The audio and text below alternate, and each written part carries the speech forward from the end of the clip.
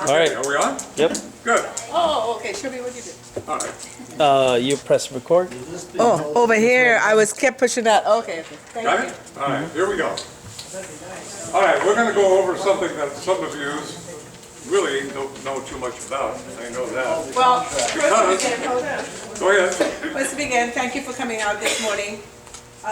Steve Medeiros and I just came back from the C.A.R. meeting, so we believe, have good stuff for you.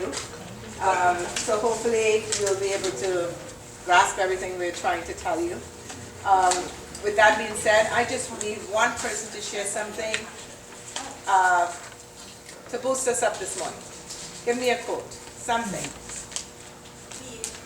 Rejoice in everything today. Rejoice in everything today, so that's perfect.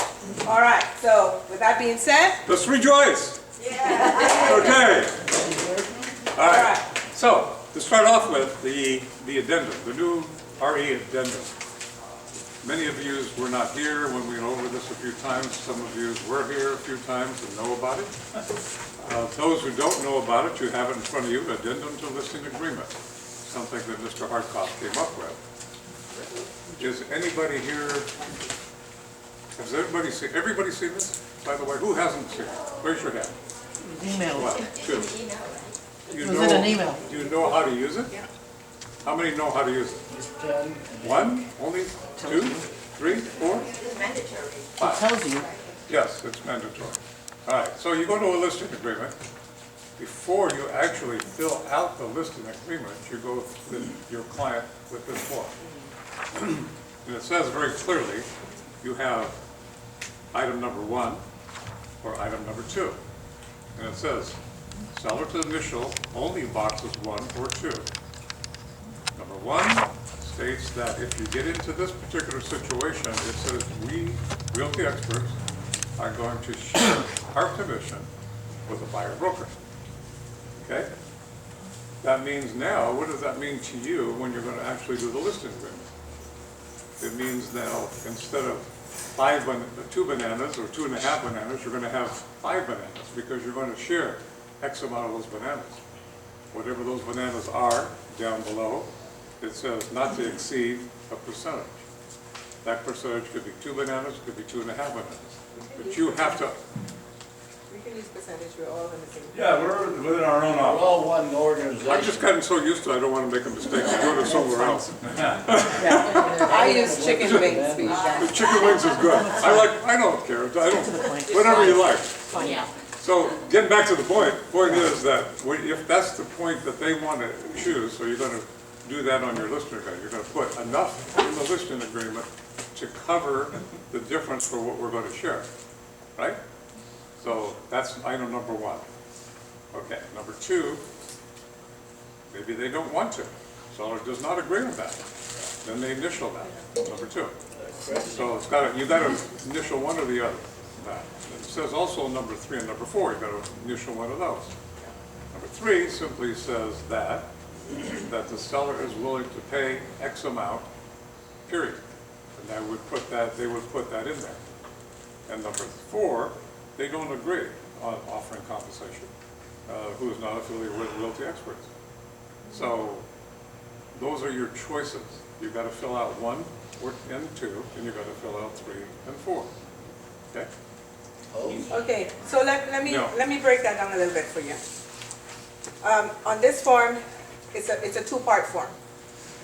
The seller is either going to check 1 or 2, that's part 1, or they're going to check 3 and 4, that's part 2. Either or. Either or. Either or. That's what I Okay. thought. So Either or. on each section, but they will fill out 1 on part 1 and 1 on part 2. This is actually an internal form. This form is not to be given to the buyer's agent or anything of that nature. It's an internal form. It's an in-house form. Okay. What it does, I had to explain this form yesterday. So how I put it to them was basically just that. It's an internal form. It just gives us, the agent, an idea of what the seller's thinking. It does not mean we're going to put that number out there, and I personally do not recommend you put a number out there, because if this number changes then you're on the hot seat. Okay? So this is just an idea internally to give you, say, hey, I know my seller is willing to consider compensation. You have that idea. You kind of have an idea how far they'll go.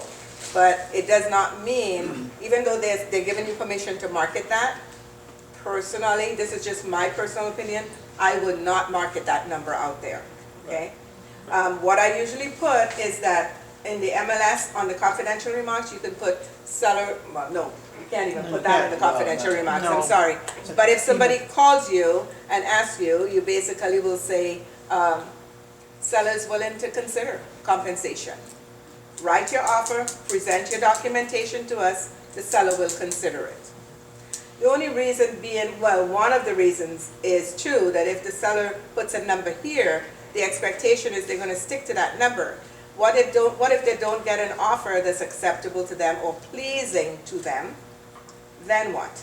And they want to change their mind. They don't want to pay what they've put on this piece of paper. They want to reduce that compensation, you know, so then it creates more paperwork for you to make sure that the clarification is there. But what if the selling agent asks for this, then what should we do? Say that again? They don't know What it if the exists. selling agent requests for this to show? No. Because, you know, It's if not- they ask us, we will tell them, right? Yes, You do not the show- seller you is do not willing show to that. pay. Okay, let me go back a little bit what Melrose just said. You have to remember that in this particular scenario, who are you representing? The seller, correct? What is your obligation and duty as a fiduciary agent to do? Sell their house. Get the best offer you can get for your client. By telling them anything is not going to get you the best offer. So you don't want to be out there advertising all this kind of stuff. Like Melrose just said, this thing, yes, they're willing to look at all offers and possibly willing to pay a compensation. Just put it in the offer. End of story. So this top part authorizes us to share our commission with the buyer's agent, Like it was in the just like it MLS. was. Correct. So what about the antitrust laws? What about it? Is that in conflict? I'm just asking. Not that I'm aware of. Not yet. Not yet. DOJ's looking at us for antitrust all the time, Of course. even after the Well, settlement. yeah, that's why I'm asking the Yeah, question. well, for now, it's fine. And with any luck, we'll have a change in administration and the DOJ won't be so rough on us. Because they were very favorable to us during the last administration. So we're hoping a change in administration, they'll be favorable to us again. Basically, kind of how it looks like today is that a broker has the right to share whatever they wish to share. It's their money. I think we still would. And I don't know whether DOJ, the one we have today, may like to overrule that somehow. But in the meantime, this is how we're operating. Now, did Bill draw this up? Yes, So he's okay with that? yes. That's what I'm He asking. did the entire form. So preferably, that would be what we'd want to use rather than the bottom part. Well, actually, you can do that, or you can do none of the above, Or both. or both, and let it go. Just let it be. Let it be as it is. Chuck, a quick question. Sure. By adding the buyer broker agreement, we are establishing and we have been getting taught that, you know, Yeah. think of that as you showing your worth for a seller when you take up a listing. Take that with the buyer, same way and everything. But still, why is the buyer broker, when it comes to the commission, it becomes a flexibility of if the seller has agreed upon 2 bananas for the buyer broker for the buyer's agent, why is there a flexibility to change that number just because they didn't get their desired price? They didn't get it, so if I'm a listing agent and the seller is not getting a desired price, they're not going to change my commission. That still remains what we agreed upon. Why is the buyer's agent always get the flexibility and get a loose end? You can do that because you're not getting what you wanted. And so let's just cut the buyer's commission. So what I'm saying is, why is this not fair? If we have to now have the same worth as a seller's agent, then that should not be the flexibility they should get. Well, if you look at real estate in general, over the years, everything has been negotiable. Even on the MLS, when they said you're going to pay X amount of bananas, right? Right. But when you come in with an offer, the seller may say, you know what? No, I'm not going to give you that. Only because you're not giving me the price, so I'm going to counter you to this. So you take less, you got the deal. You don't take it, you don't get the deal. Right, but It's they kind don't of the change the same. number for the seller's agent You're not changing the commission. numbers, you're No, but- negotiating. No, but they don't negotiate seller's agent commission. They don't? The sellers don't change the number for their agent commission because they didn't. You don't know that. Oh, You don't know that. so that. Absolutely, that they also do. is I've done it, I've done it. yeah, It's how you absolutely. keep the deal together. Sure. I mean, with her mother, on the one transaction, we did $50,000 each on almost a $9 million transaction. But we gave up $50,000 each, absolutely. You put the deal together one way or another. So that's just life. Okay? So anybody have any other questions on this? Yes? This came out like the day after I secured a listing. No problem. Okay. No problem. You already did. I don't want you to go back. Okay, You I already don't got wanna it. go You already have an I offer. don't want to go back, You yeah. already have a contract. It's already written, it's already Don't want to confuse the seller. done deal. I got a listing agreement sitting in DocuSign, Huh? and according to this new form that's come out since then, I need to put what the total percentage is on that listing agreement, because we're gonna compensate the buyer side as well. So if it's 5%, 2.5, we need to put 5 on our listing, and then fill this out. If we're doing the share. Yeah. Only if you're doing the share. So you put 5 on your listing. Yeah, again, it's no different than it was before. Right. The only The thing difference is no different. It's just the way it's written in there, that's all. Yeah, it's just not on the listing agreement. You see, Exactly. if you were doing 5 before, Right. down at the bottom, you put whatever you were giving the buyer side. Yeah, in other words, in the past, we used the MLS to secure. Now we can't, you know. Now we can't do that. So now we're secured in a different way. We, the broker, have the right to, as long as you agree, seller, We're doing to an do attorney. that. And to dovetail on Jerry's point about antitrust, the fact that we're not listing it on the MLS is what now is getting everyone off our back. The DOJ still doesn't want us compensating buyer side, but for now, this is a little roadblock. Hopefully, a new DOJ will change it, and you never know, it might go back. I'm not counting on it. You know, the DOJ's not using their head too well, because the more money we make, the more money they make. It just doesn't, they Well, don't what make they any also sense. don't understand is via the settlement or any antitrust investigations, you know, the people that are getting hurt are consumers, the buyer side. Both sides? The first-time home buyers, the VA buyers, they're the ones that are suffering. But you can't tell them anything. Right. Okay, before we get started, would you mind doing your report from C.A.R.? I'm sorry, I thought Melrose was gonna do it all. Kidding, okay. You know better than that. Are you coming up, Melrose? Okay, good. I can talk behind her back. Because I gotta tell you, we just, we're in Long Beach, and I'm exhausted, because I was hanging out with Melrose. And Melrose likes to go clubbing, and sing karaoke, and, you know. I'm All exhausted. kinds of fun. I'm exhausted. you got a rumor. Most of what I'm involved in is all political. Because I'm on impact trustees who, for those who don't know what that is, impact trustees is it's like a committee at C.A.R., but we do not report to anyone. See, I love that. I like being a maverick and a rebel, and I don't like getting anyone's permission for anything. Isn't that true? And, but this particular group doesn't have to, we can approve expenditures of impact funds, and we don't have to go to the board of directors and ask them for their approval. When we say yes, that means yes. One of the things we do, impact, is issues mobilization. And we're fighting all the time, and you guys hear me talking about this all the time.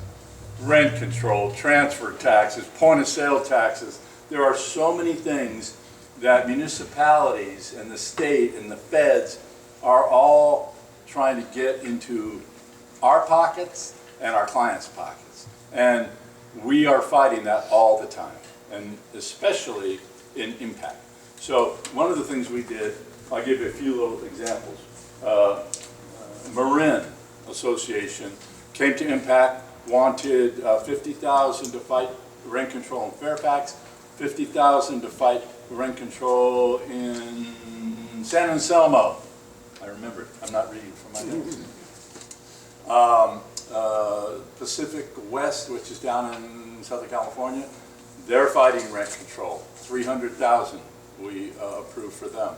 $150,000 for another association. The point is, the impact funds come from your dues. And we take that money and we give it to associations that come to us and say, help us. Help us fight this cause. Help us fight this insane ordinance. And it's happening everywhere in this state and nationally. So, impact trustees, that's what we do. We donated, and I'll hit on this real closely. You see on TV a lot, no on 33. Right. Saw it this morning. We are no on 33. Just so you know, that's where Bay East is endorsing. That is what C.A.R. is endorsing, because it's a rent control bill. And it sucks, and rent control sucks. It doesn't work. It never works. Go online and look it up. Manhattan Institute, Pew Center.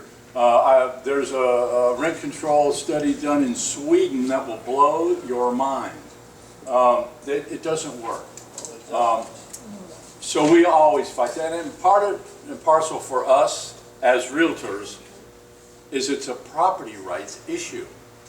I have a little rental I want to rent out, and the city or the county or the state's going to tell me what I can rent it for? That's not American, for God's sake. And so we fight it. We fight it. That's what we fight for. This will, what? The other ones, there's a couple more. Well, there's two that were involved. 33 is no. 34 is yes. Confusing? A little bit. No on 33, yes on 34. You know what 34 is? It's the sneakiest proposition ever. A guy by the name of Michael Feinstein.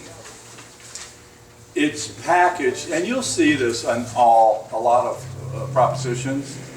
God, it just looks like I should vote for this, you know.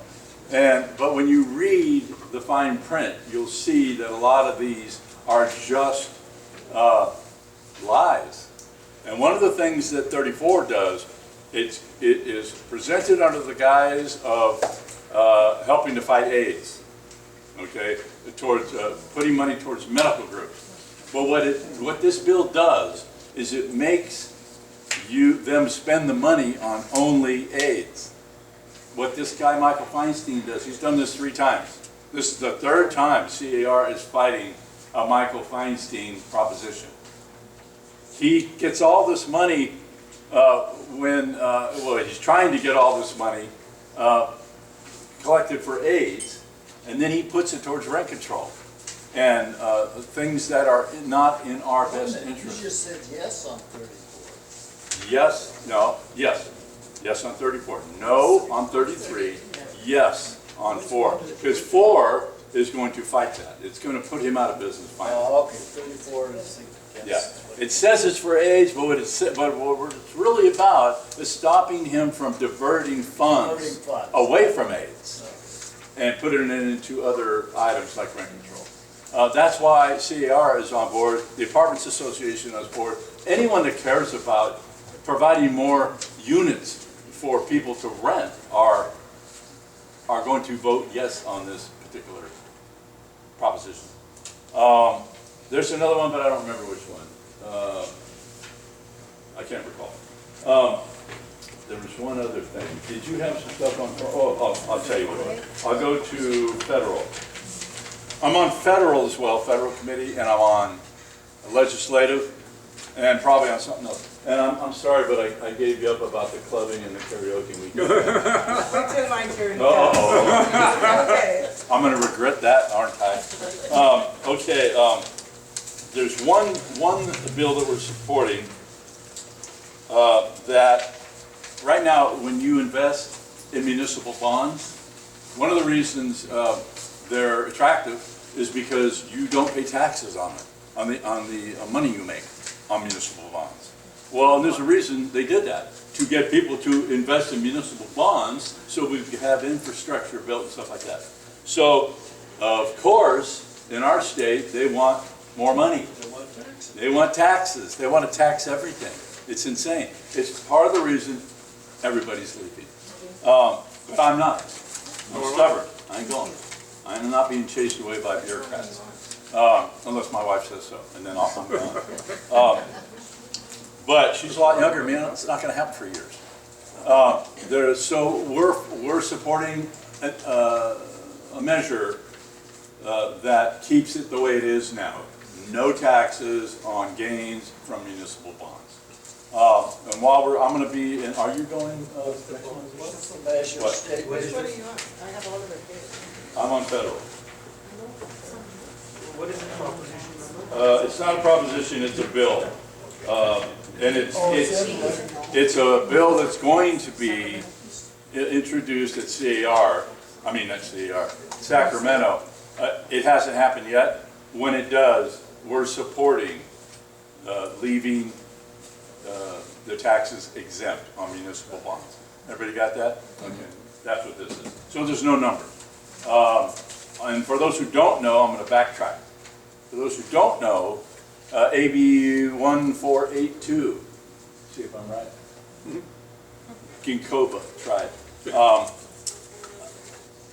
got signed by the governor on Tuesday. And what that is, it makes a buyer-broker agreement mandatory. Not just for realtors, and the distinction, realtor is a person who is a local association and C.A.R. and NAR. Regular realtors are just licensees, okay? This new buyer-broker agreement mandatory, it's mandatory on every licensed realtor. So it's not just us preaching to the choir. It's anyone that has a license is going to have a buyer-broker agreement or a buyer representation, whatever they're calling it. Are you talking to him or me? I don't know what you're Because saying. I'm hearing you. Not every licensed realtor, every licensee, period. That's what I said. No, he said right. Whatever, they got it. What about a DOH licensee? What? A DOH licensee, a Department of Housing? Are they Oh, I have no required? idea. I I don't would know. assume it would I would be for assume. everybody. They're selling homes out there, but they're not realtors. Right. Wow. Well, maybe not then. No, Do they have, You know as long what? as they have a license? They have a Department of Housing license. yeah, I would almost There's a assume. lot of them out there. I would assume that they would be covered under that, but I can't guarantee it. We'd have to get I'll get the actual bill from David or So somebody. this applies to all real estate transactions, It's commercial, real estate, whatever. but it's transactions, DOH. Commercial, I don't know. Does it come, this conference going on? Does it, No, there's always something that can slip through the This cracks, commercial you know? company. So it's just all So the reason not to become VRBC, the licensed. mandatory VRBC is also for commercial It is. and land. If you're selling land, you have to Commercial use that. land. All forms of real estate licensing Yeah. activities, Right. whatever it is. Did you have something in the back? Is she talking about dealers on mobile homes? Yes. Yes, No, they're not required, only if they are licensees. And you read that in the bill itself? Talk to the Advantage Mobile Home, Oh, okay, so there was an update from that group. so they can just slip through the cracks. That'd be interesting. That surprises me. This is something. Although it does, Surprise me. you know, when these bills are written, they have input from our lobbyists, and so I'm surprised something like that would get by without us making a deal about it. well, their argument is they own the mobile home, they're the sellers. Yeah. And one other thing, I haven't seen any signs on our lawn yet, but they're on my lawn, which, well, it's not a lawn, it's kind of a driveway. It's another issue, but Raj Salwan is who Bay East is endorsing for mayor for Fremont, and he's been here a bazillion times. We all love Raj. But he's also been endorsed by Rotana and all the heavy hitters, all the city councils. But I just saw on Facebook an ad because Vinnie Bacon, his opponent, tries to paint Raj as a big-time developer. And like, Bay East in our endorsement of Raj and other candidates. Sometimes we don't like our names or the candidates don't like our realtor name attached to it because a lot of these politicians like to connect developers and realtors like we're the enemy. And we're doing more for the communities than pretty much anyone except, cops and teachers and nurses and doctors, We are a fabric of the community. So to try to paint us in that regard is terrible. But anyway, I saw the ad, and it says that Vinnie Bacon's always trying to paint Raj as a developer or a developer supporter. And Vinnie Bacon actually approved twice as many units to be built in Fremont as Raj did in a longer period of time. That's not to say that he doesn't support our issues. He does.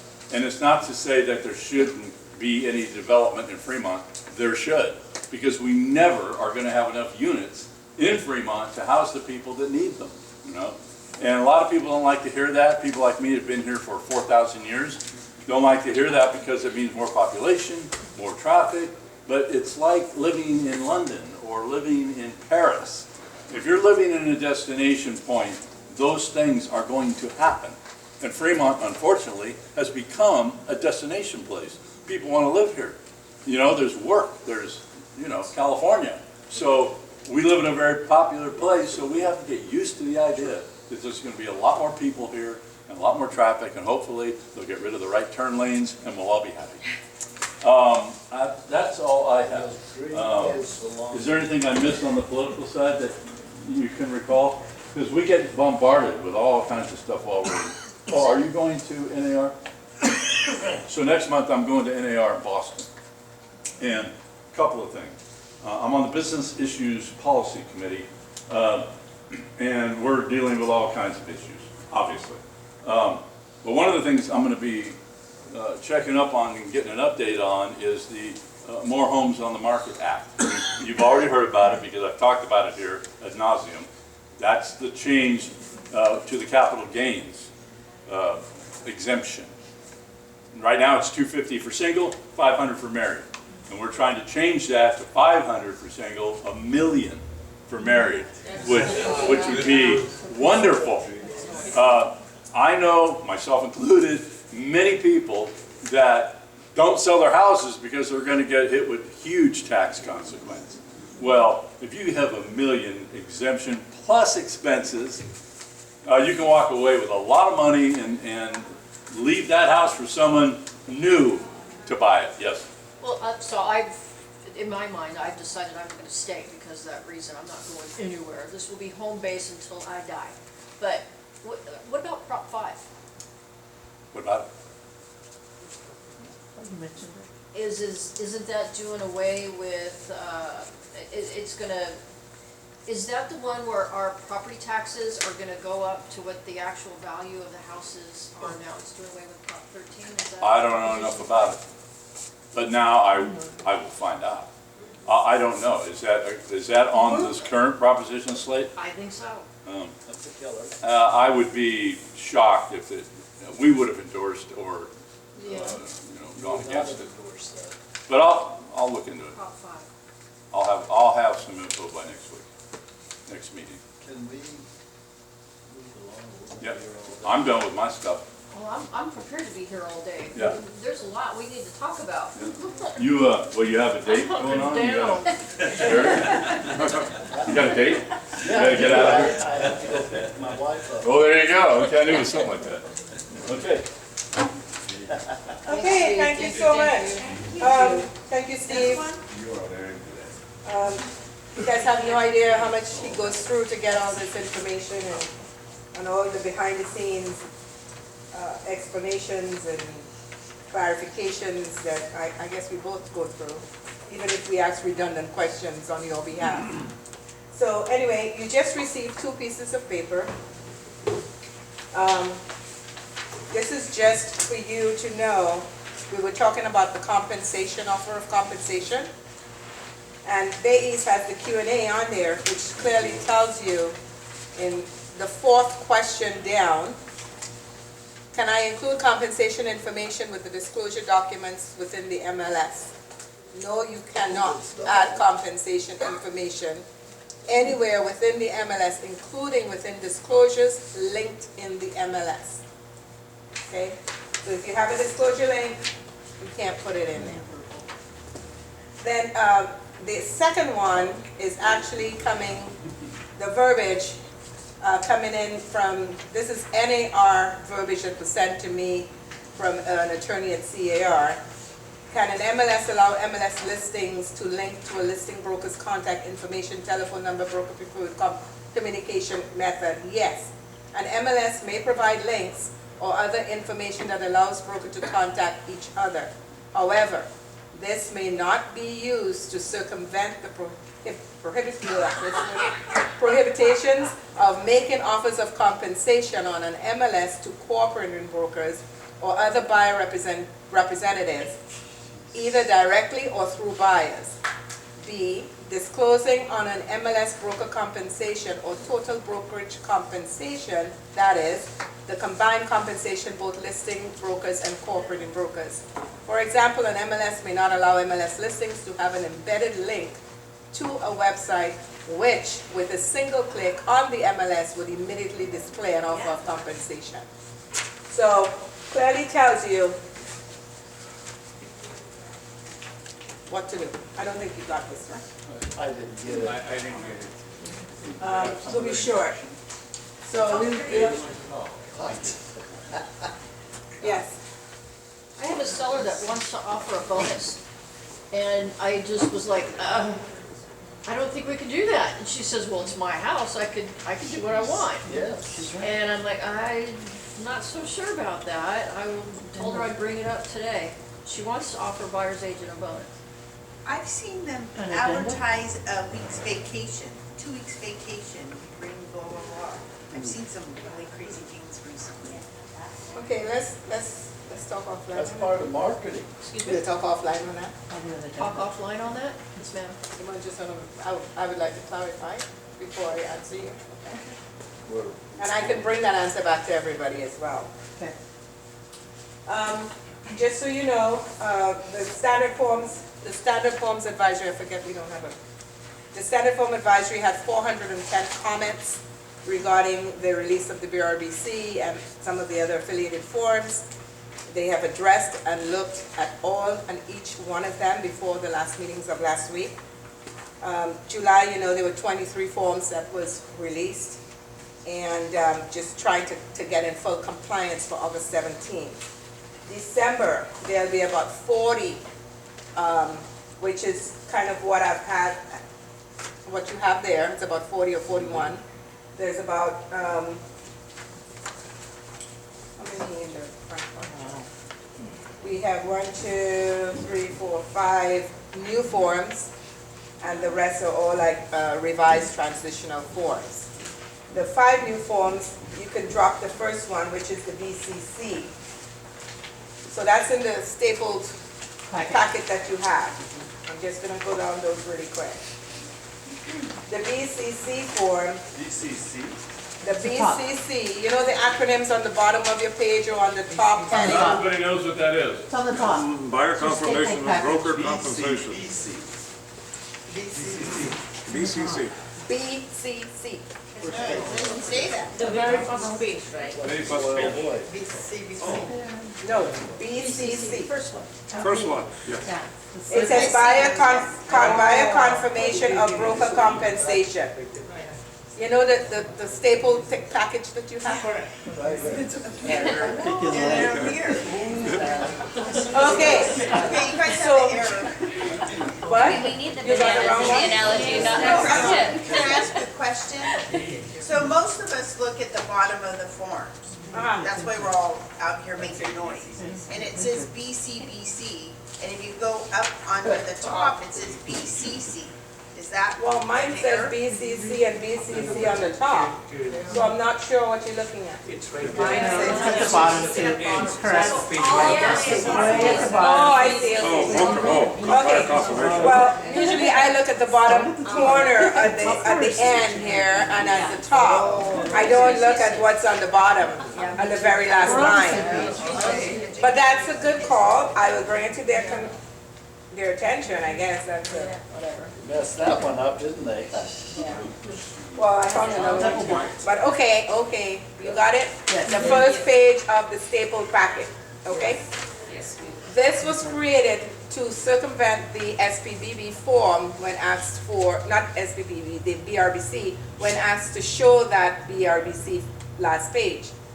However, this may not be released in December, this may go away, because that one sheet that you have that I showed you with the red writing, the one piece of paper, the SPBB for sure will be going away come December, and they're going to insert the information from there into the actual RPA. 3G3 and 3G2. You will see that, right? So that's this page. However, come December, this verbiage may be tweaked a little bit, but at least you know not to look for that SPBB form because it will be in the RPA. Good God. Okay? One less form. So right now we've eliminated 2 forms.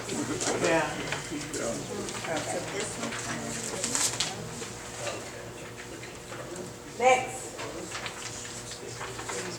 Is that form included in this packet? Which form? The form that we showed? It's separate. It's a separate piece of paper, you didn't get it? I didn't get it. Could you pass it? Sure. She also didn't get it. It's gone away, it's okay. Well, that's the one that's going to be inserted. Purchase agreement, new section G. To the contract. December contract. Okay. Next one is the estimated compensation cost, the E. Second page in the back. You're talking about CAC? Did I miss it? the CAC. Oh, wait, sorry. That's an agency or? It's a CAC form. Cancellation of agency confirmation, amendment to purchase agreement. It should be the next page. The back page. The CAC. Back. So it might be the flip side of your first page. It's the back side of it. I was trying to save, so I had to do double-sided. All right. This form is intended for use if a buyer broker withdraws from a transaction because the buyer lacks ability to pay the broker compensation and the seller does not agree to pay buyer's broker.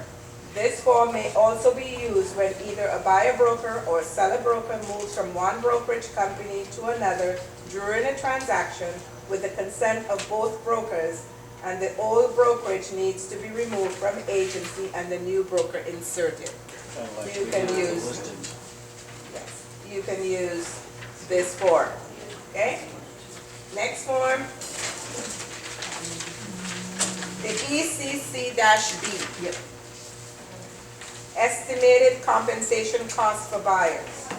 A buyer's broker would use this form to help a buyer understand how much the buyer would have to bring into a transaction depending on whether the seller agrees to pay the buyer broker, and if so, how much.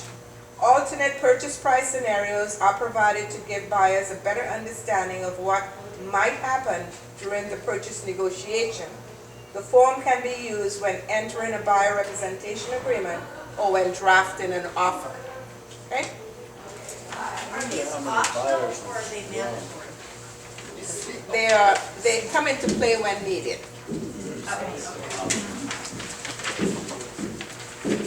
And the agent should know when to bring it into the transaction. ECC-S.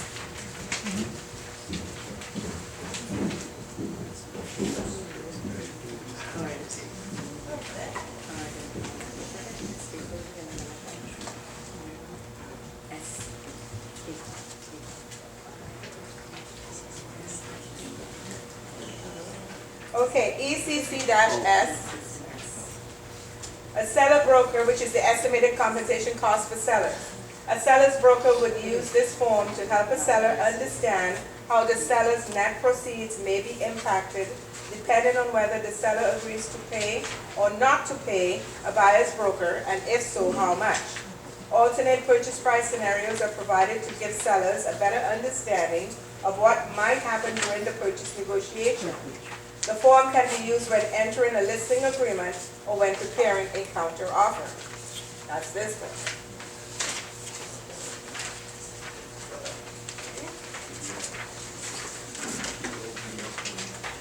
The next new form was the TOBR, Transfer of Buyer Representation Agreement. If a salesperson or a broker associate who obtained the signature of a buyer on a buyer representation agreement leaves one brokerage company for another, the obligation to represent the buyer remains with the old brokerage company unless all parties agree. This form transfers the buyer representation and agency relationship from old brokerage to new brokerage. It is to be signed by the buyer, an office manager or broker of both brokerages, and the agent who is moving offices. Okay? Hopefully this will not apply. Right? Revised forms. So we have the AD, the agency disclosure form, the AD form. In the AD form, you will see here that AB 2992, which applies to our agency form, which mandates a buyer-broker agreement for all real property sales, made changes to the agency disclosure laws, including defining a buyer-broker representation agreement and requiring delivery of the AD form before execution of a buyer-broker agreement. Language changes were needed in both page 1 and page 2 of your AD form. So you can see there under buyer's agent, it is added. This includes the buyer's agent under a buyer-broker representation agreement with the buyer. That's on page 1, and you can see the red writing on page 2. Okay? The BCO form, the buyer counter offer form. Language was added to allow for mutual agreement to extend the expiration date beyond that specified.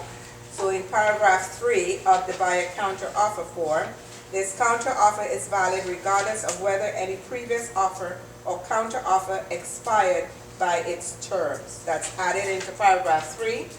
And then paragraph 4 talks about late acceptance. If the date of seller's signature in paragraph 4 is after the expiration specified in paragraph 2A, the seller acceptance is only binding if buyer agrees to the late acceptance by signing below. So a buyer ratify the acceptance and agree to all terms of this buyer counter offer. So if you send the counter and it expires, and then the seller decides, oh, I want to accept the counter, but it's past the date, the seller then turns around and signs the counter, the buyer has to come back and say, okay, I'll accept his signature. Very much. I like it too. All right, next form. Happens all the time. Yeah. The buyer financial and personal information, the BFPI form. Language was modified in paragraph 6 to make clearer that buyer brokers should not reveal any information on the form without buyer's consent. So they just added the words without buyer's permission. Okay? That's paragraph 6. So when you give your buyer this to give you some insight as to their financial situation, this is not to be given out randomly to every time you write an offer without the buyer's consent. Okay. The BRBC, Buyer Representation and Broker Compensation Agreement form, removed from 2G2 the option that the loan product does not allow a buyer to pay the broker's compensation. So that was removed. Change title of the paragraph in the grid to make clearer that buyer lacks the ability to pay without help. Reference in the compensation paragraph to an attached compensation schedule has been modified to instead refer to an attached broker compensation schedule to indicate that C.A.R. does not have such a form. So if you look on, I only copied the first page where the changes were made. So 2G2, it says buyer needs seller's help to pay broker. So in December, you'll see that there, so you can check that box, so when the offer goes, the seller will know that the buyer needs help. Okay? And then 2E1 on the same page, they added see attached broker created compensation schedule. So if you want to add the broker created compensation schedule, you can check that box and add that. And on the cancellation, effective 30, or if you want to change to a different day after receipt. It's recommended that the cancellation depends on the date you put in there, right? But the default is 30 days.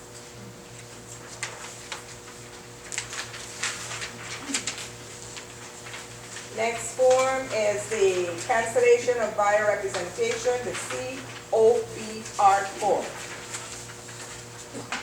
Reformatting of the form so that all cancellation options appear before the signature.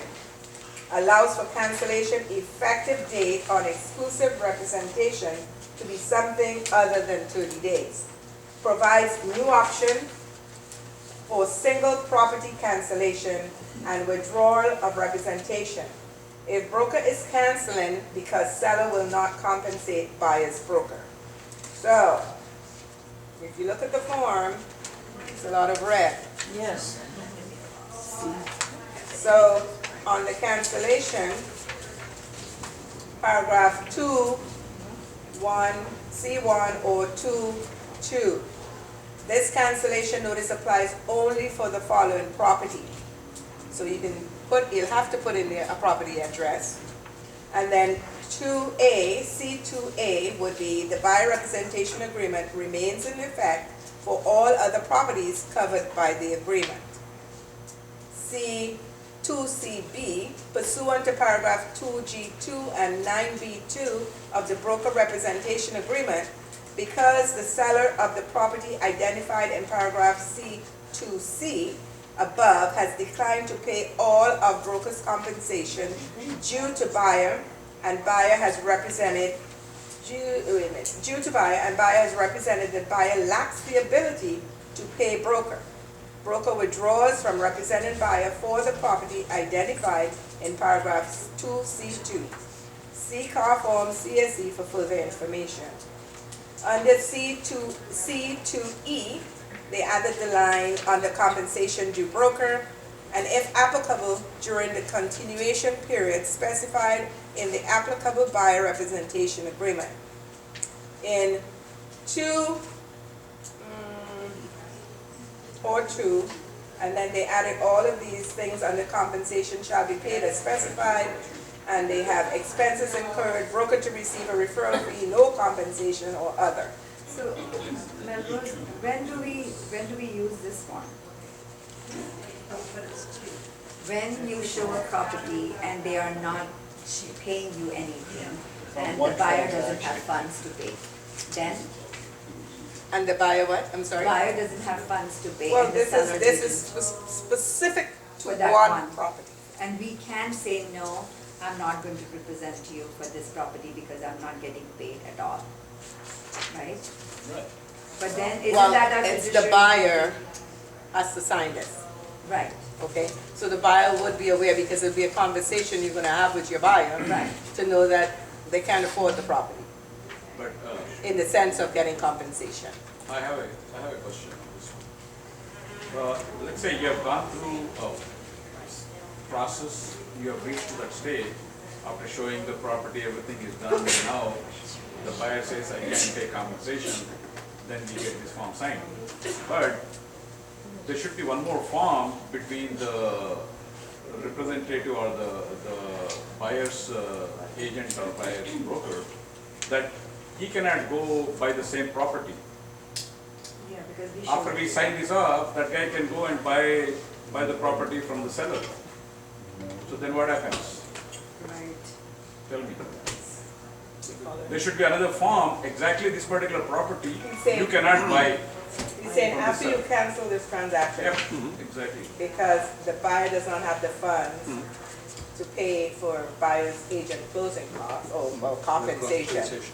So you canceled on this one particular property. What is preventing the buyer from going directly to the seller? He already has an agency Can you agreement. go under D and just say if, Other, yeah, under I other? mean, you could put probably something in there, however, There should be this is telling me that something was presented to either the seller. We'd have to read the whole form and dissect it. So at least the listing agent would know, correct? yeah. That this buyer's agent has a client who likes the property but cannot afford to pay for the compensation.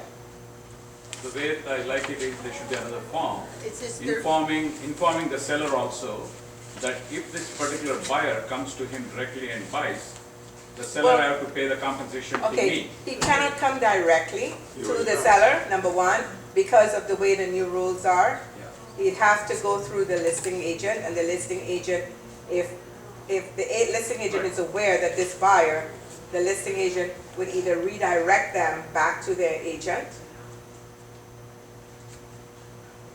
Yeah. I'm trying to be politically correct by not saying what I'm thinking, Yeah. that, That's a loophole, but you need to talk to them and create another form. This is not That unrepresented if this buyer. This particular is a buyer buyer that has is an not agency willing to agreement. buy after doing all the work, you know, they're on. if he buys the same property, I think the BRBC will come into effect.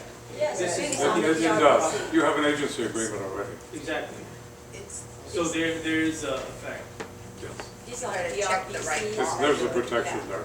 Right. You because just have of to it. give the notification to the buyer within how many days of the properties you have shown. Yeah, Remember? but then what is the use of this form then? For single property cancellation. see, under E1, Just for that one under E1 particular it says property. All right. Notice of cancellation of buyer representation. The representation may be canceled by either buyer or broker or both by signing in the applicable box below and delivering to the other party. However, compensation may still be owed based on the contractual rights of the buyer representation agreement or otherwise. So even if they went directly, they will still probably owe you a commission because you have a buyer representation form. And all of that will stem on the boxes you proceed to check as you go through the form. Okay? that's where we are protected. Make sure you All have right. BRBC. Next form. The C.A.R.S. Seller contingency removal. In paragraph 2C of the seller purchase of replacement property, which is the SPRP form, is completed, a seller is permitted to extend the escrow closing date for the sale of seller's property upon removing the finding of replacement property contingencies. A new optional paragraph has been added to the C.R.S. to allow the seller to give notice of extending the escrow date when removing the finding replacement property contingency. So you can see there in the paragraph 2, seller hereby removes the following contingencies, and there's a paragraph in red that talks about COE extension as permitted by paragraph 2C of the C.A.R. form, the SPRP. Seller elects to extend the close of escrow date for the sale of seller's property for how many days or a specific date. If paragraph 2C of the C.A.R. SPRP form does not allow for such extension, this notice shall be deemed invalid and shall have no effect on the agreement. Okay? So this is seller contingency removal regarding that. The next form is really regarding lead-based paint, and it does on page 1.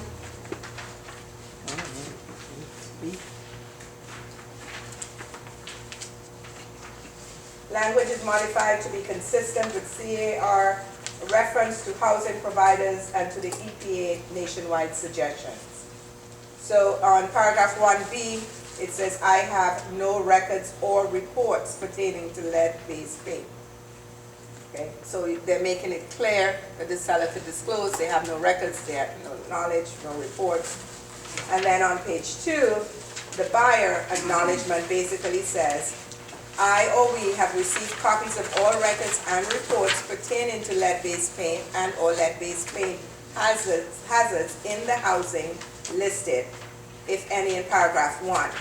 And then the initial, I have not received any records and reports regarding lead-based paint.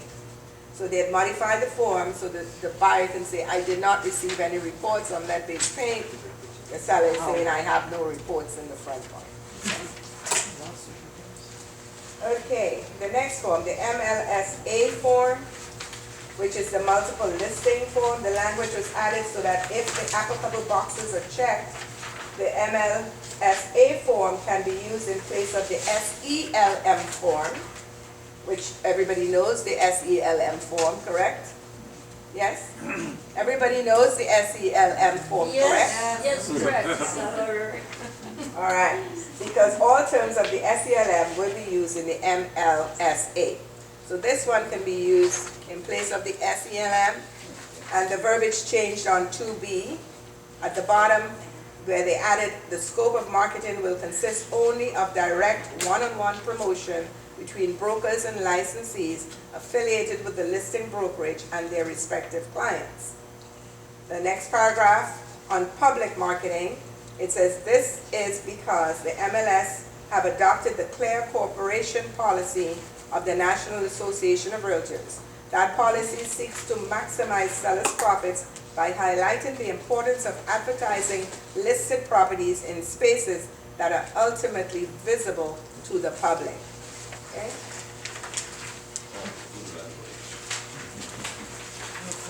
Next form. Modification of terms by a representation agreement. Language was modified to make the form more generic so that the form can be used to modify a buyer representation and broker compensation, the BRBC, a property showing representation, the PSRA, or a tenant representation and broker compensation agreement, the TRBC. So in here, a very, not too much heavy on the red, but it has the expiration of the representation agreement is changed to whatever. And then in the note, they said unless principal is a corporation, LLC, or partnership, if the renewal of a buyer representation agreement exceeds 3 months, this modification is void. Unless principal is a corporation, LLC, or partnership. So if it's a corporation, LLC, or partnership, there is no limitation on time.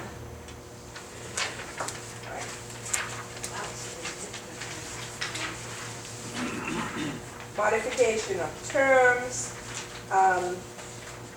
dash the listing agreement, the MT-LA.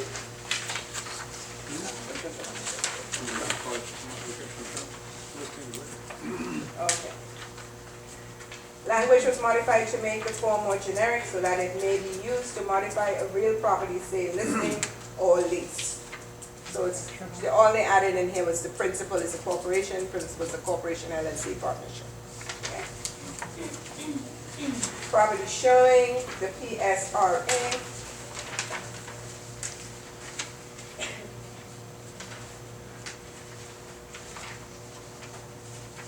They added a reference in the compensation paragraph to a broker compensation schedule.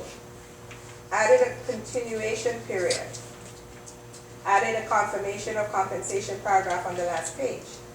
They added the AD form will be bundled with the PSRA. So now when you pull up the PSRA, specific to 3 properties, you'll get an AD with it, an agency agreement with it. To comply with the new state law that will require disclosure of agency to be made before entering into a buyer representation agreement. Reference has been added to an attached broker compensation form. So on this one, you can see on your first page, Paragraph 4B, they added see attached broker created compensation schedule. 4B3, continued right to payment for broker involved properties. And the continuation period shall be how many days after the representation period or extension. Page 2, which will be 5C, continuation of right to compensation for broker involved properties. The broker shall be entitled to the compensation provided in paragraph 4B. Hold on, need to go back to that. Okay. And if during the continuation period specified in paragraph 4B3, buyer enters into an agreement to acquire property for which there was broker involvement. Broker's right to compensation pursuant to this paragraph shall only apply if, prior to expiration of this agreement or any extension, broker delivers buyer written notice to those properties for which there was broker involvement on the NBIP form.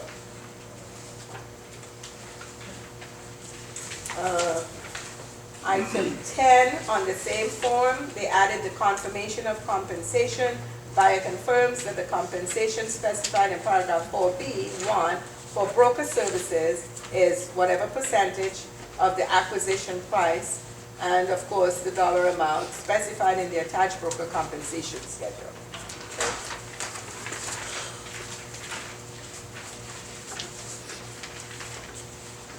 Now the PVOH, I do hope you guys are using this in your open houses, right? So the PVOH, you might be, which tells about the old one talks about the recording devices, visitor safety, animal or pets, accompanying minors, risk of injury. That was the old PVOH form. Well, not old. It's the current PVOH form. Come December, that first paragraph will change. Okay? This form was reviewed and updated so that all forms in the C.A.R. library will have a revision date of not more than 4 years prior to the existing calendar year. Changes include a more familiar tone by referring to the visitor as you and a revised warning about recording devices. So the old one, if you have an open house and you want a copy of the old one, the front desk has them that you can post at the door of your open house. The same way we have these that you could post at the door. It's just taking the information from here, blowing it up. It's easier for someone to read quickly and then come in and sign in your open house. So these things do exist. But the new one, as you have in here, this whole red paragraph, which I'm not going to read, but it says you might be recorded, whereas the old one says audio and video recording devices or both may be present. Okay? Can I ask you a question? Sure. So I had an open house at the ranch listing I have this weekend, and an agent came in flip-flops, which was really dangerous, and so I was really concerned for her safety. Shouldn't she have signed one of these? No, she's an agent. I know, but I mean, it was like, I know. It kind of blows your mind sometimes when you go out more inland to see the attire of our fellow agents. Kind of blows your mind. So it was scary. Yes. She tripped a couple times, and I was like, do you have any other shoes in your vehicle you could put on? She goes, no. And I'm like, okay, well, be really careful because you will get hurt here. So I just don't know. What's the liability for the seller? You can ask her to sign it. I mean, if she signs it, more power to you. But if I was an agent, I'll be like, why do I need to sign this? I know. You know, this is for the visitor, the client, my client, right? So, Your shoes. but I mean, it was like, it was so scary for. that's a whole nother educational point. Okay, we have a few more. Let's go to the RLA. Proposal to add the seller concession paragraph in the MLS section in the grid, and then if adopted, to move the equivalent language out of the MLSA4 reference in the compensation paragraph to an attached compensation schedule has been modified to instead refer to an attached broker compensation schedule to indicate that C.A.R. does not have such a form. So if you look, you will see the new RLA. I think I only copied 2 pages, the front and the back of the 2 pages. You should have two pages of the RLA. And then you could see where it was changed in the C1, where it was added broker created schedule, C1, C2. You can see at the bottom of the grid E2 where it says seller willingness to consider concessions. And if permitted by the MLS, seller authorizes broker to put in the MLS that seller is willing to consider offers. And you know there's no MLS is allowing you to do that anyway. No amount of possible concessions will be stated in the MLS. And then page 2 talks about more or less the seller concessions and monetaries. But that's a good point on, okay. That's a good point on your bonus. I would ask you to send me an email, or I'll tell you who to send the email to, for them to consider that. Maybe they can put that under some separate category. If seller is willing to offer a bonus, where should it go, whatever, something like that. Or the open house. What is to the buyer? What is to the buyer? RPA. The next form is the RPA. You have 3 pages of the RPA that will be tweaked. You have the blow-up version of G 2, 1, 2, and 3. And you know, the SPBB, this is the verbiage from the SPBP that will be here. It will be tweaked a little bit, okay? But it just to give you an idea, come December, look for those changes on the RPA. And then page 2, which is actually page 11 of 17, it will talk about more about compensation, the timing of broker compensation, the seller payment to compensate a buyer's broker. It will talk more about all that, and then delivery of buyer representation agreement and any third-party beneficiaries. So it will tell you all about that stuff in there. So I can read the explanation, which is paragraph 3G in the grid has been updated to include the dollar or percentage amount the buyer is asking the seller to pay the buyer broker directly into paragraph 3G3. This change will remove the need for a separate seller payment to buyer broker form, the SPBB, to be attached to the RPA, and make it easier to counter the term in a seller counter offer if desired. It will make it easier to counter the term in a seller counter offer if desired. Paragraph 3G has also been modified so that 3G1 also applies to seller credits for closing costs. Paragraph 3G2 will refer to additional seller concessions for costs and expenses other than buyer broker fees. The old paragraph 3G2 referring to other financing terms. Generic paragraph 3R can be used instead of the former 3G2. The language in the form SPPP explaining that if seller agrees to pay the buyer's broker fee, the seller can ask for proof of the compensation agreement, but the buyer has an obligation to deliver the evidence of compensation upon request, and that the broker is a third-party beneficiary of the seller's promise to pay has been incorporated in paragraph 18. Okay? Once approved by the Standard Forms Advisory Committee, all these changes, the following purchase agreements will be conformed to address changes to the RPA where applicable. So you have the residential income, the vacant land, the notice of default, new construction, all those forms, the NCPA, already built development, the ABSPA, and the condominium conversion forms, all those would also be tweaked to mirror the RPA. The next one is the SCL, which is the seller counter offer, language added to allow for mutual agreement to extend the expiration date beyond the specified time, and that is on paragraph 4 and paragraph 6. Deals with that. Next one is the square footage form. This form was reviewed and updated so that all forms in the C.A.R. library will have a revision date of not more than the 4 years existing. So it's been updated. They have a few things they tweaked on the form in the first paragraph and the second paragraph by adding a few words that says, as applicable, structure size, investigation period, existing structures. Those were the added words in there on this particular form.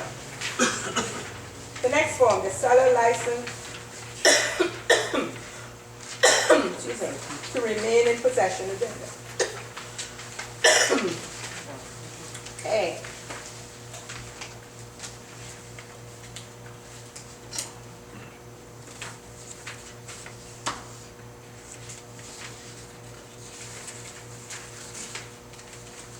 Steve? Are you helping up here? Uh-oh. Oh, you're asking me to focus on something? Yeah. I'm answering two different texts. What's up?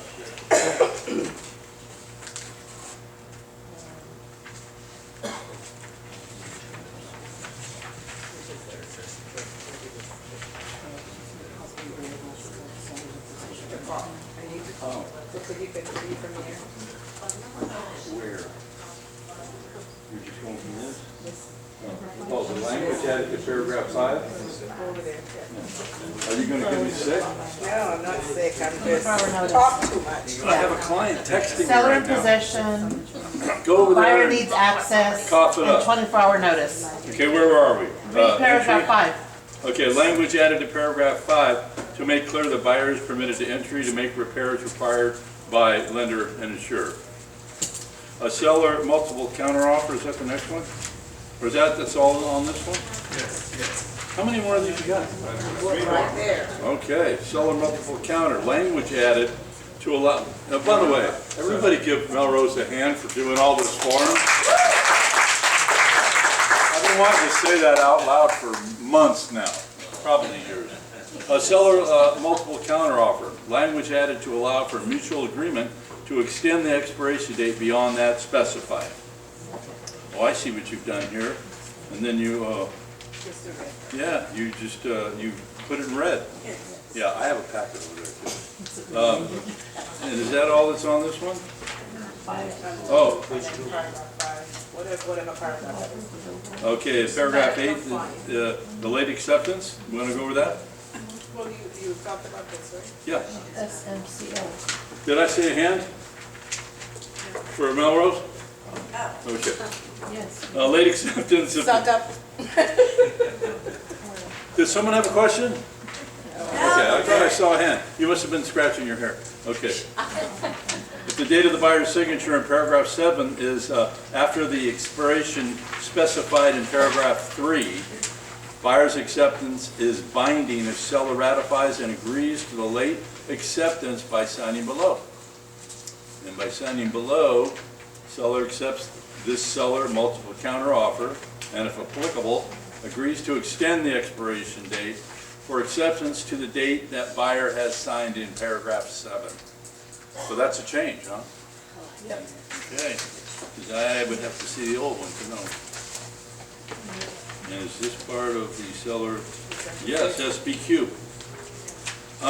Paragraph 9B was added to address a disclosure requirement added by SB 1366 addressing water storage tanks that were provided with financial assistance from the Water Resource Control Board to advise buyers to have an investigation and that the storage tank may not transfer with the property. Has anyone ever had anything with the Water Resource Control Board?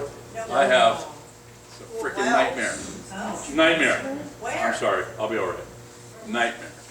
Oh, and I'm going to address your Prop 5 when we're done. Okay. Yeah, and it's, thank God you brought it up. Okay, you don't want me to read this. I just did. Okay. Does anyone have any questions about that on the SBQ on storage tanks? We don't have a lot of them here. You might.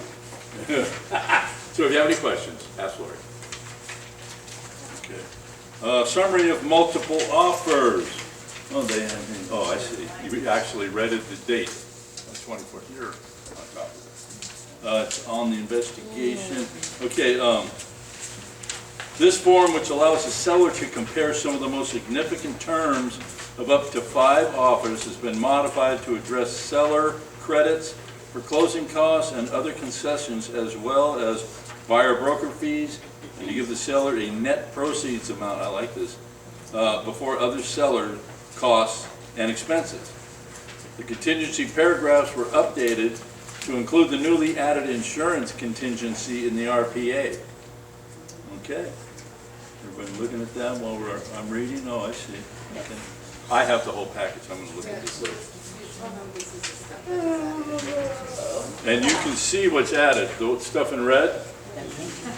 Can you read that? Yes. I need like a magnifying glass to see that. So they don't need me to read that. Okay, transfer, oh, I hold in my hand the final form. Yeah, okay. This is a transfer of listing agreement. Language was added to address the need to provide to escrow or buyer's broker documents related to broker compensation. Okay. And that's in, okay. Item 4. Okay. That is it. That's, Thanks. how many pages is in this packet? 412. Okay, so with that being said, I just want to let you know that a couple more things. Know that the Escrow Association is a little confused about the way we have to do business right now. So their association has been meeting with C.A.R. to get an understanding of how they have to handle our paperwork that goes through them. So they're coming up with something, or making sure that the verbiage is there on the last page of the RPA. The other couple things I wanted to share with you. So the RPA would be bundled, the BRBC's bundled, listing agreement would be bundled. And then they talked about unrepresented buyers. The feeling was that, you know, if you technically represent an unrepresented buyer, the seller is paying you a little bit more commission to represent. So you're making a little more compensation. I have to get that commission word out. More compensation in representing. The seller is paying you to facilitate, not represent them, but to facilitate, because you have to give them the paperwork, right? You still have to feed them all the papers to get the transaction completed. Yes. I have a question about the open houses. Okay, hold on. Let me get my friend here. She's got pages and pages of notes. Copious notes. Copious notes. I'll be discovering generate friends, practice change all licensing, discussions, not confident. Okay. So on an open house, go ahead. I was going to say something about open house. Go ahead. Oh, well, I was showing property over the weekend, and I walk in with my client, and the agent was trying to get me to sign the form. And I said, I don't have to, because you're not giving any information to the buyer, and I have a buyer-broker agreement with this client. And she was a new agent. I was trying to explain it to her. Was I right, or was I an idiot?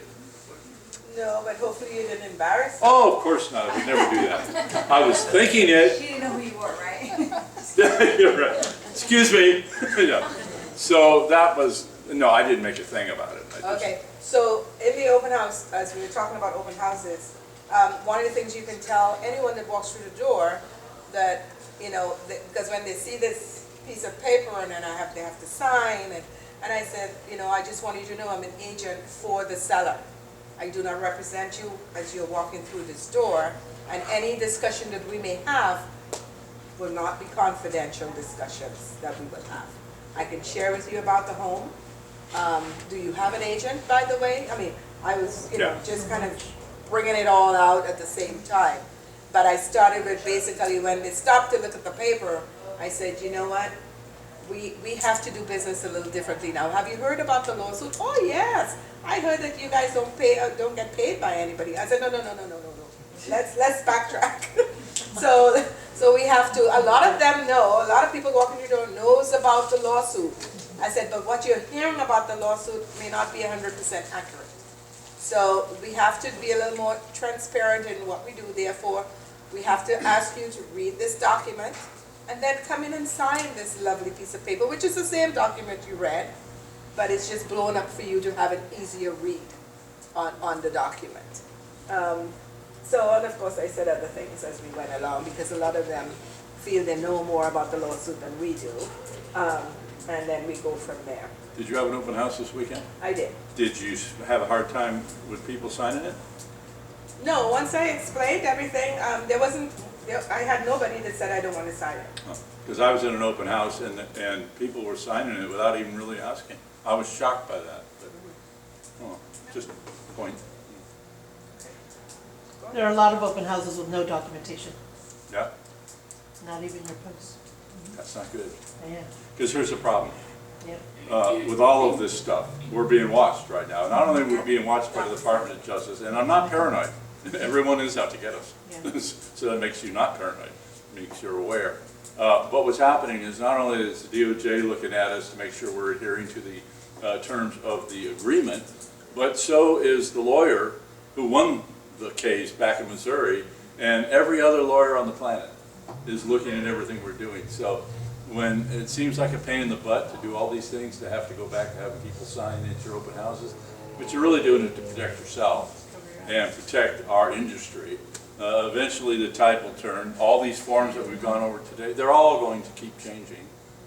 Thank God we have Melrose for that, because she's on top of all that stuff. So, did you have anything else? Yes, I just want to remind you that everybody that walks through your door may not be a potential customer, client, or whatever, only because I am aware, as so is Steve, that Department of Real Estate do have testers out there.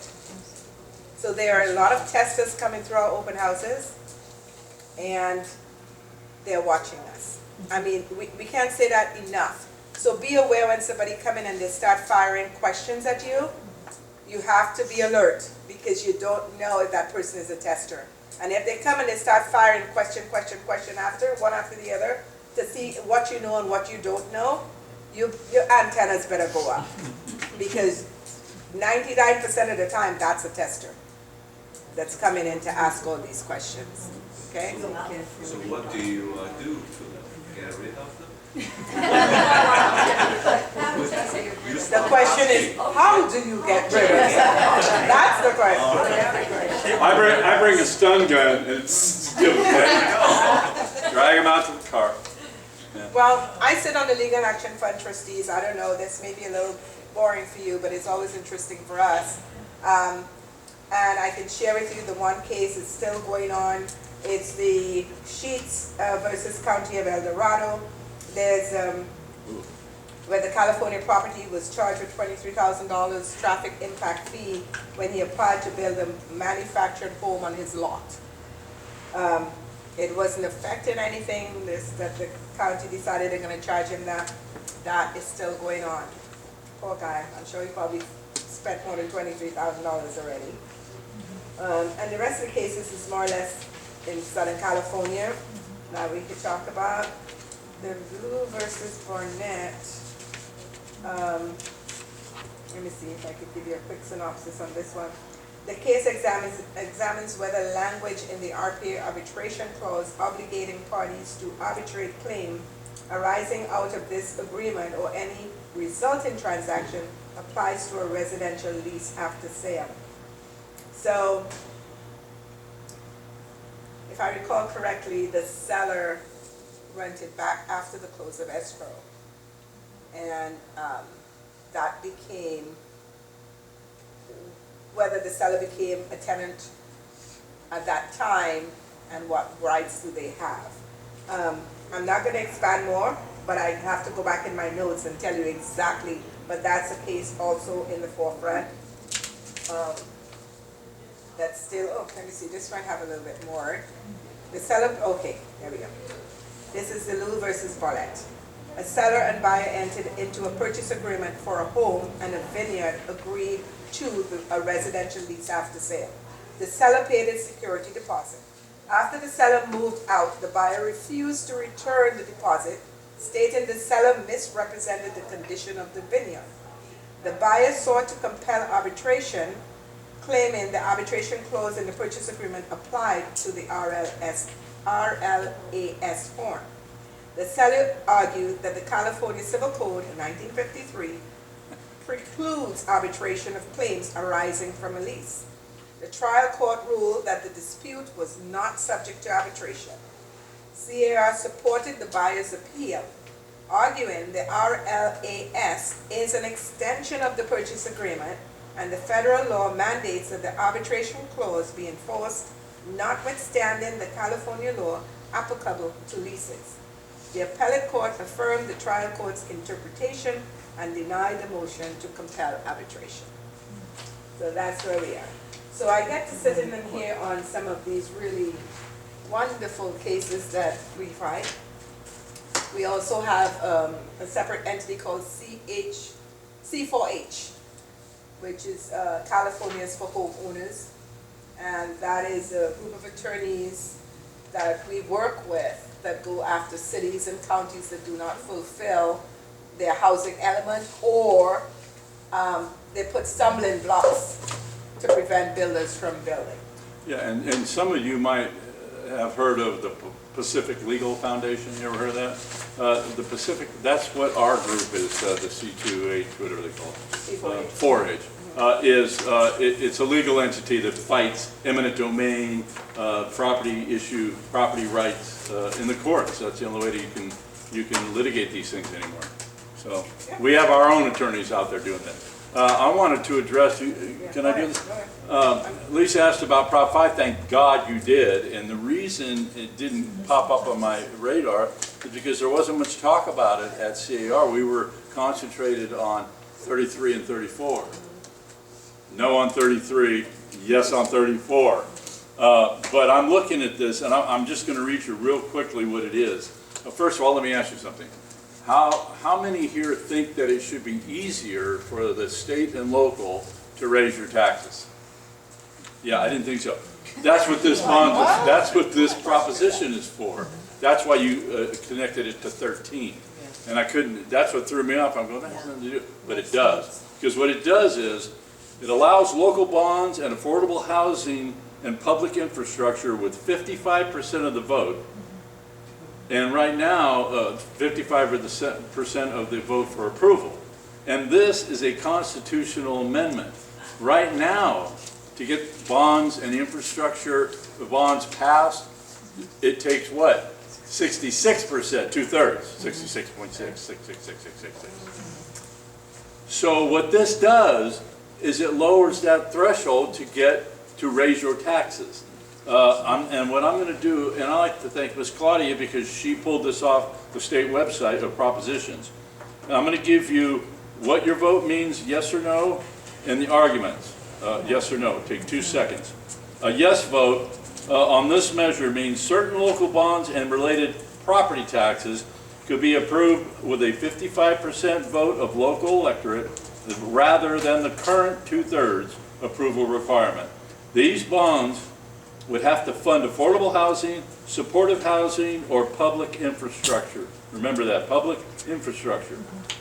A no vote on this measure means certain local bonds and related property taxes would continue to need approval of 2/3. That's what it is now. And here's the arguments, 2 arguments. Prop 5 shifts local spending priorities away from state government, giving local voters and taxpayers the choice and the tools to address the challenges facing their communities.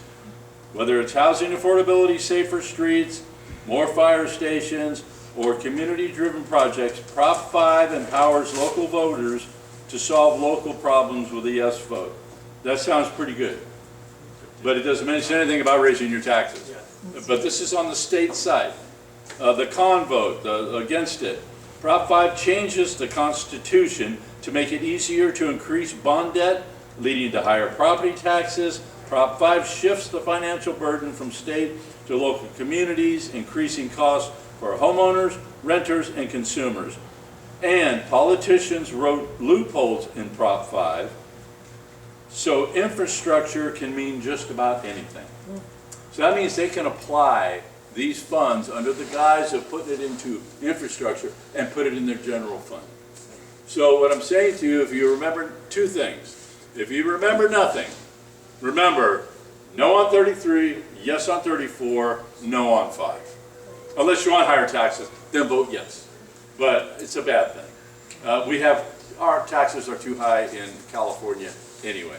Now, if you want to know about local measures and how Bay East falls on everything, go to the bayeast.org site and look for our voter guide. And we show you all the endorsements if we're for or against measures. And these are all things that have been vetted to death by the local government relations committee and the Bay East PAC.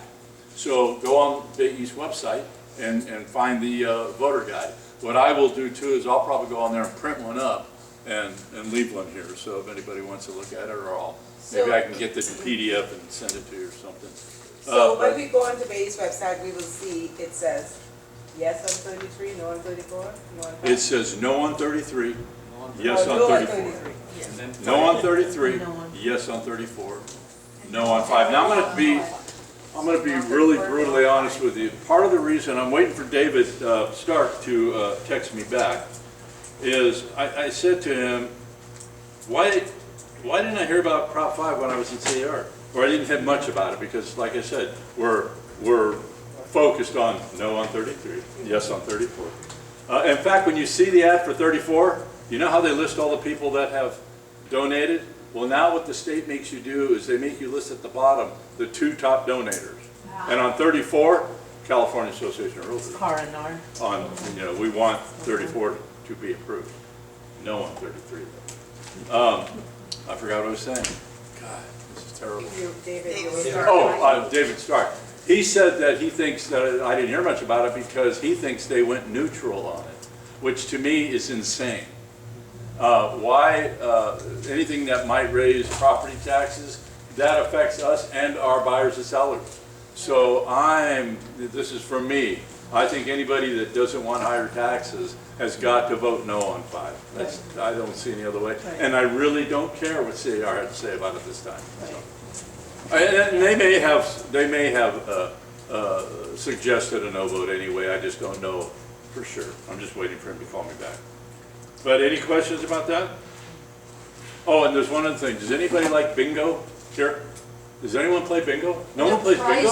Oh, you're just afraid to admit it. I play bingo. I do. Yeah. Well, there's the foundation's having a bingo night. The Bay East Foundation is having a bingo night at Bay East this Thursday. I'm going to be there. I'm going to be playing some bingo. So if you go on the bayeast.org website and see if you can get on there. Do we have to bring our own daughters? No. Did you buy the daughters? They're handing out everything. It's so the foundation did this several months ago, and they did it because the golf tournament just takes too much work, and it's just staff intensive. So they did this bingo thing. I thought it was kind of crazy and silly, and the place was packed. Where's the timings? What's that? Time? I think it starts at 5. Might be 5:30, but go on the bayeast.org site. Yes? How much is the pack and how many's in the bag? I have no idea. I guess you don't play bingo. I don't play bingo. I played it one time my whole life. It was at Bay East. So this time I'm going in loaded prepared. What's that mean? Tell me. What's that? What's in the bag? What's that mean? It's a How much you paid and there's so many things in the bag. Like you pay $5, you get 5 sheets. And that 5 sheets the tag. Oh, okay. Well, I guess I don't know, but I'm going to find out. Okay, so do we have any other questions, any other concerns that we need to discuss here right now? Nobody has questions? Thank you for all the lovely Thank you. information. Man, thank you, Melrose. So appreciate Steve. We appreciate Steve and all his staff, and he keeps us on track on the legal side, and the laws, and the propositions, and all that good stuff. I'm gonna leave you with 3 words. Okay. I'm gonna leave you with 3 words. Familiarity breeds confidence. What was the third one? Confidence. What's the second one? Familiarity breeds confidence. So true. Okay? With these forms. With the industry. In your life period. Familiarity breeds confidence. Okay? Yeah. All right. Melrose? So practice makes perfect. Melrose? I am fascinated by the lessons. And you